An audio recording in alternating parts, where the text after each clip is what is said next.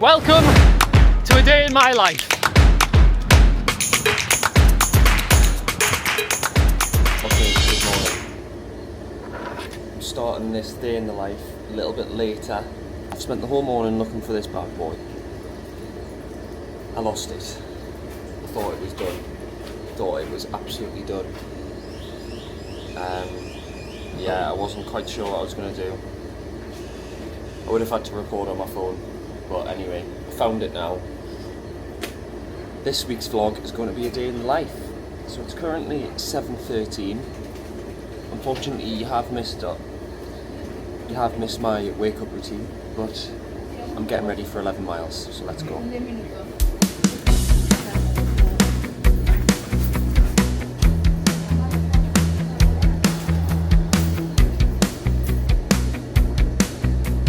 Bit of a stressful morning. Thought I'd lost my Garmin. Didn't know what on earth I was going to do. I'm sure many of us have had that panic. It's not quite the same recording on your phone, and I try and do everything to heart rate, and that just wasn't going to work. So found it in the end. Shit, fuck. Just dropped my little water bottle. Found it in the end, and we've got 11 miles this morning, zone 2. It is exactly 1 week today until Paris half marathon, so it's going to be nothing crazy for the next 7 days. So really just 11 miles easy this morning. I'm going to head to the beach and get a few miles in. The tide's out, so it's about a mile length. One length of the beach is about a mile. It's a mile to the beach, a mile back, so get a few lengths to the beach. Nice and easy, just keeping the heart rate nice and low, keeping the legs ticking over. Yeah, probably won't do any big sessions until Paris. Few strides, maybe like a mile effort or a couple miles effort, just to get the legs ticking over. But I'll give a full race plan debrief later on this morning. But for now, let's go get these miles done.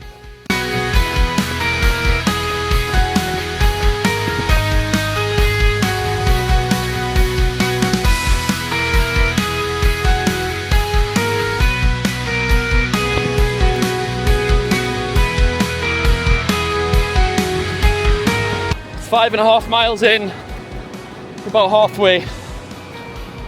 Oh, it's hot and sweaty. That's 10 miles done. 1 mile to go. Feeling pretty sluggish. This heat, I'm ready for it to end.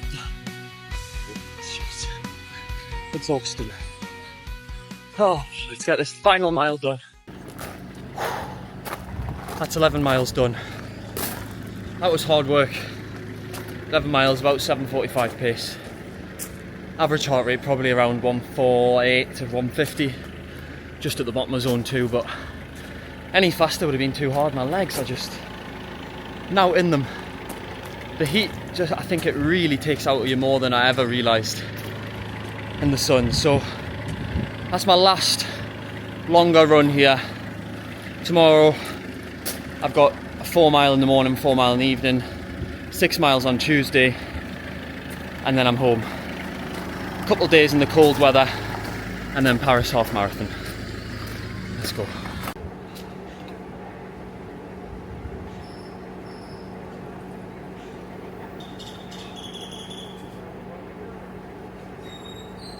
Okay, I've tried to do day in the lives before, and I'm shit, because I always forget. So I'm halfway through my breakfast, and I've just remembered I'm doing a day in the life. So I've had some scrambled eggs and a plate of fruit, which is pretty banging. But yeah, I need to try and switch on and remember to video everything that I'm doing.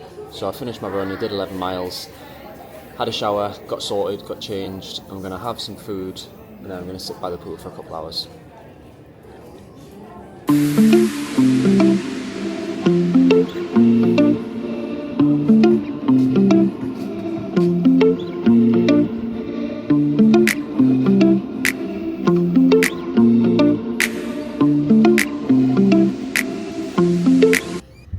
I've had a few hours by the pool. I am boiling. I've honestly never felt heat like it anywhere in the world. I would consider myself relatively well travelled.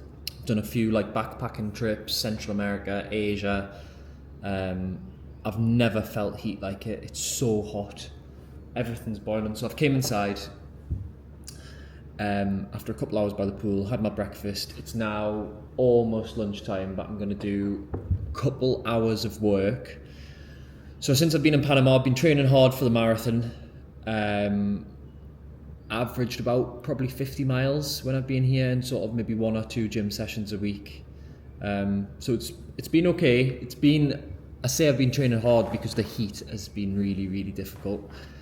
So it feels like I've been training a lot harder than what it probably would have felt if I was in England, for example. But not only training hard, as some of you may know, I've quit my job and I'm moving to Vancouver. Currently don't have a job lined up, don't have anything to do in Vancouver in terms of employment or income, and obviously that's not very sustainable. I need to find a way to make some money to live the life that I want to live.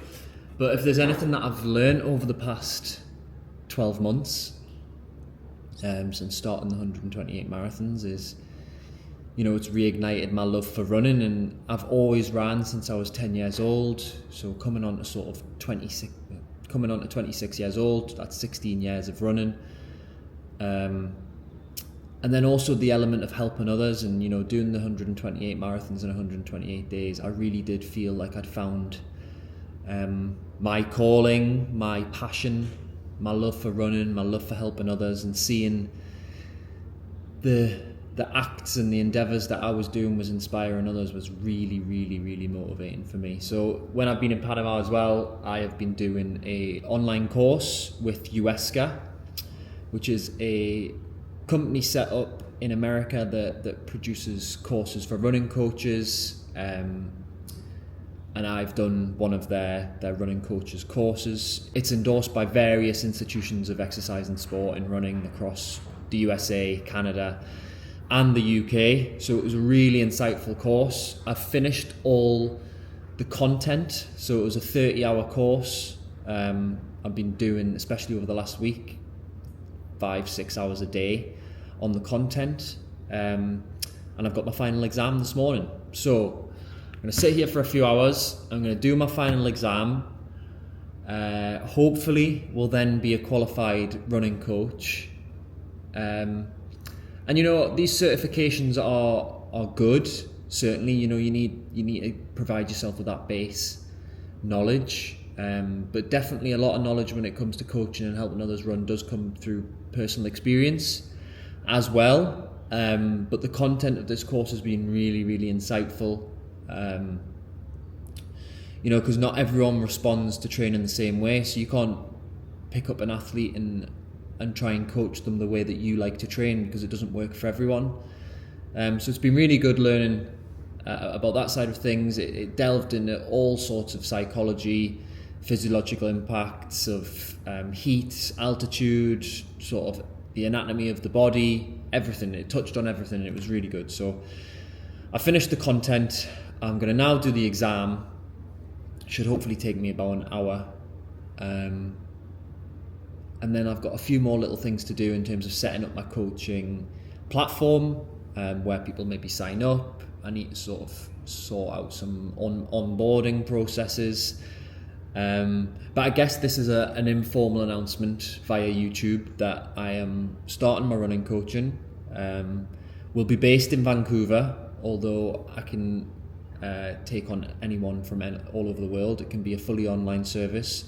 We'll also be offering in-person services in Vancouver, if that's where you're also based. An announcement will follow on Instagram as well. But I just thought I would give an update on what I've been up to, what my day looks like, and this is what my days have looked like. So, I'd often run in the morning, get some food, sit by the pool, or sort of relax in the sun for a couple hours before it gets too hot. So it's now 1 o'clock, it's getting too hot, so I've came inside, and I'll probably spend the rest of the afternoon working on my coaching platform, finishing off the exam, And yeah, really exciting times, bit scary, but yeah, all the details will be on my Instagram or on the caption of this YouTube video. So let's get into it and let's finish off this coaching course once and for all. Right, a lot of this daily vlog is from this co-working space. I'm in Panama, and the hotel that I'm staying at has got a co-working space. So the last scene or the last video that was on here was me about to sit my exam for my coaching course. I have successfully passed the exam and technically now a USCA qualified running coach. So that's really exciting. I've got a few more things to set up before I can finalise the sort of coaching platform, all the legalities of it, insurance. I want to make sure that it's all good to go before I start onboarding any clients. So we'll make sure that that's set up and running within the next couple of weeks before a formal announcement and a formal opening of my coaching platform, which is really, really exciting. On to other things in terms of running. So did 11 miles this morning. Zone 2 was pretty tired, I must admit. Past 10 days I've been pretty tired. So today marks a week until Paris half. And I think one piece of advice that I would give when you're coming into a race, you know, you're coming into the sort of final 10 days, the final week, often there's an urge to think, oh, I'll put in an extra couple of miles, or I'll push a little bit harder, it'll help me come race day. But in actual fact, those physical adaptations during a session, during a long run, take at least 10 days to occur in the body. So if you think of it that way, once you're 10 days out from a race, you've got nothing to gain. There's actually nothing you can do that is going to make you run faster on that day. The only things that you can do is going to make you run slower. So the taper is really, really important, and I actually decided to maybe make my taper a little bit longer than probably what I'd first planned. So this week was going to be a bit of a bigger week again, but I added in an extra rest day yesterday, just because I was feeling it. I was knackered, I was heavy, and felt that again this morning. I know the heat doesn't help, so the heat is a massive part to play in raising your heart rate, making you feel tired. So that's definitely not helped when I've been training here. And it kind of means going into Paris half, I've got no idea what I'm going to do. I've put it out there that I'd love sub 115. That would be my goal. If I'm being honest, I've probably lost a bit of confidence being in Panama. I've not hit the times. I've been nowhere near that pace in terms of, you know, sort of 5:40 per mile for the half marathon gets you about sub 115. I've been nowhere near that during any of my sessions, but then also factoring in the fact that, you know, I'm training in 35 plus degrees heat, high humidity, fueling probably hasn't been the best, perhaps often dehydrated. So I'm just going to go into the race with an open mind. It's not an A race, I'm still building up to London. So we'll probably just try and send it and see what happens.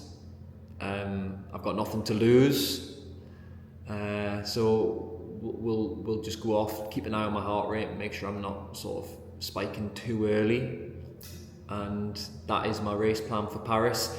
Coming into the next week, I'll be back in the UK from Wednesday, so it does give me a little bit of time to just get used to the cooler temperatures, maybe get a few runs in, check out the heart rate back at sort of 10 to 11 degrees, which would be nice to see it drop down quite low.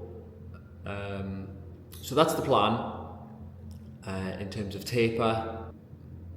And yeah, I'm really excited to be running the Paris Half Marathon. I'm running it with Hoka and Pro Direct, which is really exciting. Got a really fun weekend planned. Lots of cool events with Hoka and Pro Direct. Obviously get to explore Paris a bit, run the half. So it's really exciting, and a lot of my days here in Panama have just been training, chilling, working, chilling by the pool, sunbathing, eating, and that is kind of what this trip was meant to be. After quitting my job, moving to Canada, and then this was already booked when I found out that I'd won the World Majors competition and that I'd found out that I was doing Paris Half Marathon. So I really just seen it as a good opportunity to chill out, to train hard, and lots of spare time to work on some projects that I'm passionate about, like my coaching. Been really trying to push the social media side of things. So today I'm doing my day in the life. And yeah, this longer form content's quite enjoyable. Not sure if people are really here to listen to me ramble on for 5 minutes about my plans for the Paris Half Marathon, but if you are, that's fantastic. I often like to listen to other creators and other runners about the way they approach races, the way they set themselves up to race. I think it's really interesting. Everyone has their own little quirks and methods of doing things. And this is just mine. So yeah, taper coming in this week. Done my run this morning. I've been working on my coaching course, got my certification. Let's go get some lunch. Today probably wasn't the best day to do a day in the life vlog. Should have picked a day where I was doing more exciting stuff, but I have literally sat here all day on my iPad, planning and working on my coaching platform. Unfortunately my day has not been exciting, and to be honest, although I've been in paradise, my days have looked like this every day, so I guess it's a realistic reflection of what I've been up to. But it's almost 4:30 in the afternoon. I'm going to do another hour or so of work, and that'll be me done for the day. Going to get some food, get some tea, and then I need to pack because I am actually checking out tomorrow. I'm going to Panama City. Almost starting my journey home. I've then got a night in Panama City, and then it's flying back to the UK. Panama comes to an end, so I'm just enjoying the last few ounces of paradise and the little moments of just watching the sun go down, feeling the sun on my skin. I'm going to miss it here. It's been really, really, really good. I've really enjoyed it.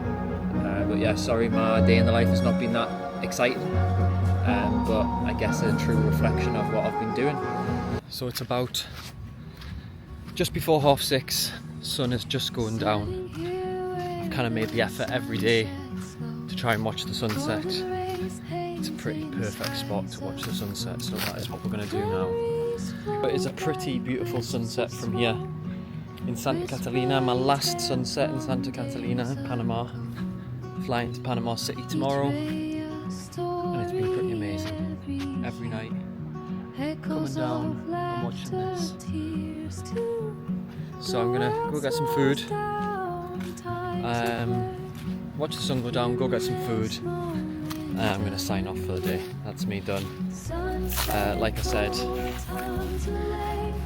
maybe not the most exciting day in the life, but a pretty honest reflection of not doing very much. So I'll get some scran and then I'll see you after. The ending starts a brand